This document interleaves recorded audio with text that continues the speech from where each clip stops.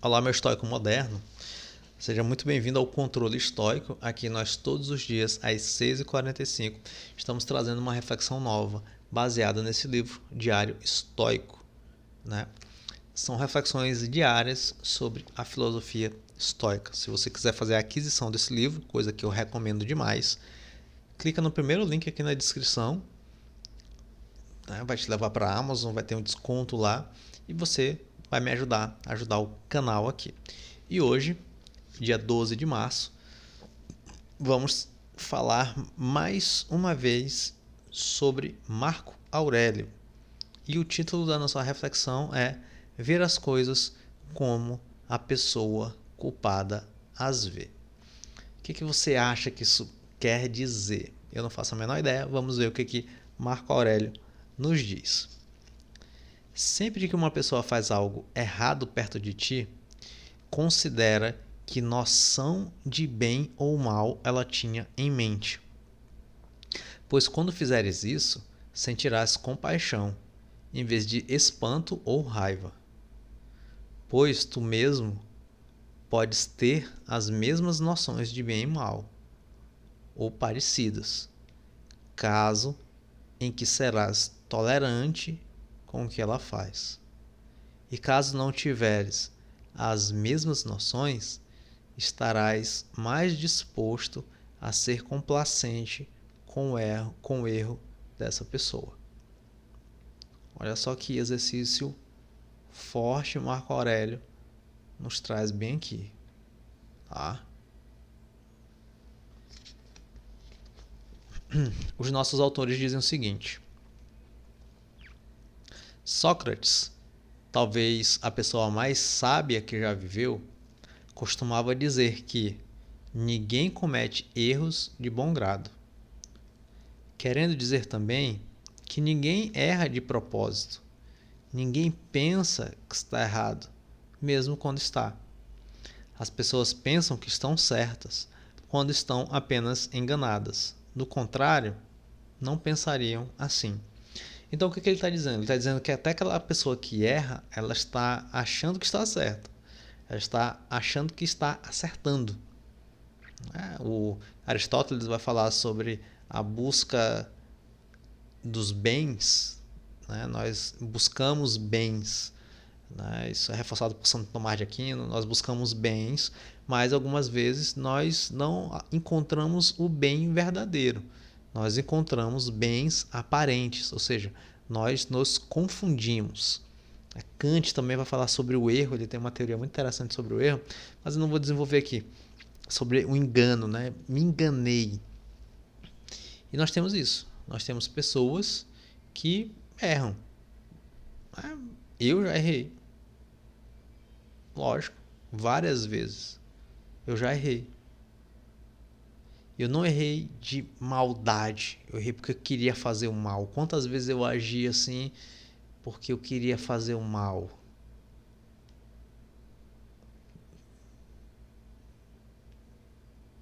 Sei lá. Nem quando eu era guri, que um amigo me atentava, eu ia me vingar. Não estava querendo fazer o mal. Entende? Eu não estou dizendo que ninguém faz isso. Né? Eu não compartilho dessa. Na verdade, eu nunca cheguei a esse tipo de conclusão. Né? De que, peraí, todo mundo que faz maldade, inclusive, está querendo acertar ou não? Eu acredito que existem pessoas que sentem pouca empatia e que elas vão ter uma tendência maior ao mal, sem dúvida nenhuma. Então, nunca cheguei muito bem a esse tipo de conclusão. Tenho que pensar mais sobre isso. Tem gente que já tem uma ideia clara, não. Todo mundo que faz o mal, inclusive, quer fazer o bem. Eu não sei. Não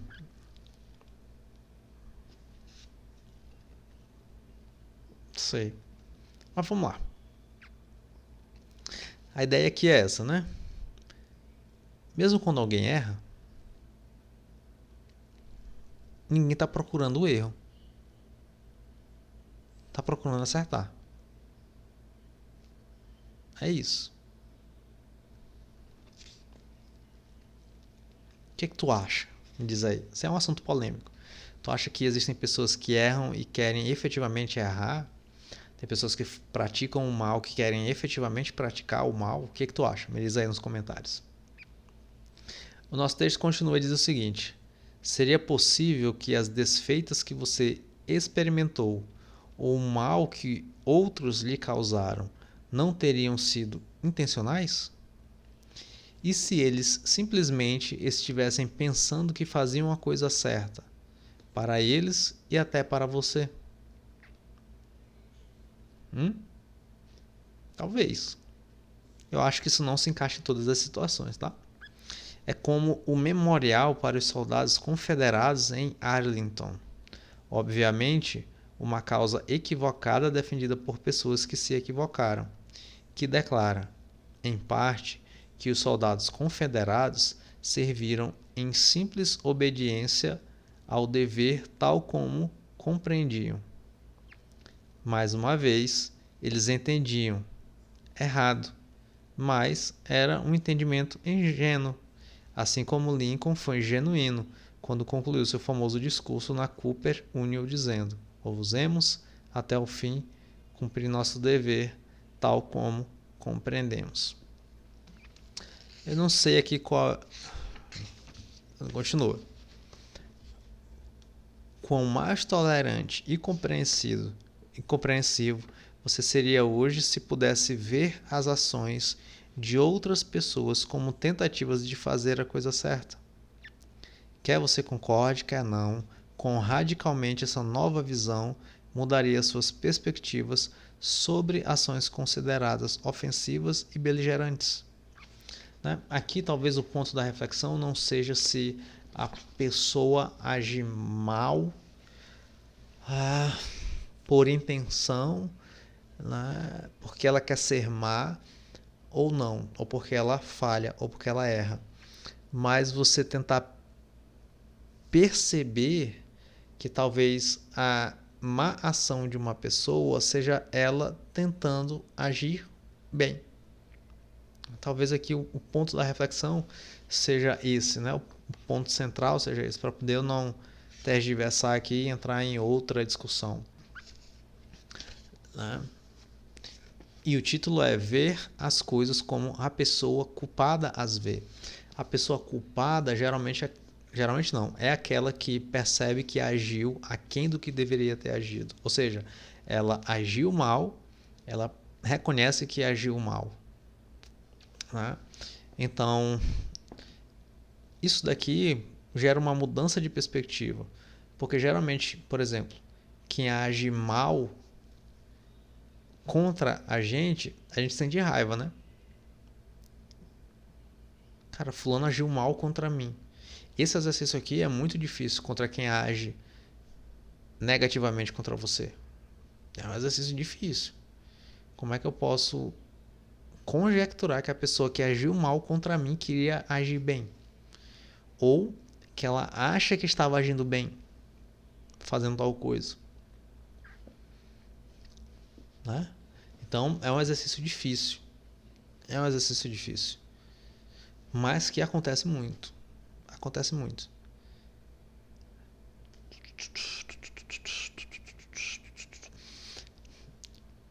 Eu já li algumas tragédias gregas, correto? Algumas tragédias gregas. Teatro grego e tudo mais. E tem um comportamento que aparece em algumas tragédias gregas. Não cheguei a ler todas, estou quase lendo todas as tragédias que nós temos disponíveis. Mas eu já li a maioria. Sem dúvida nenhuma, mais da metade.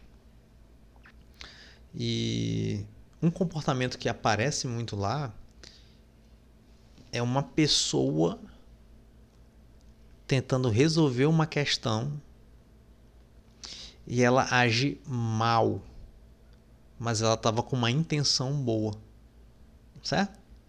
Aqui a gente tem meio que uma ética consequencialista, né?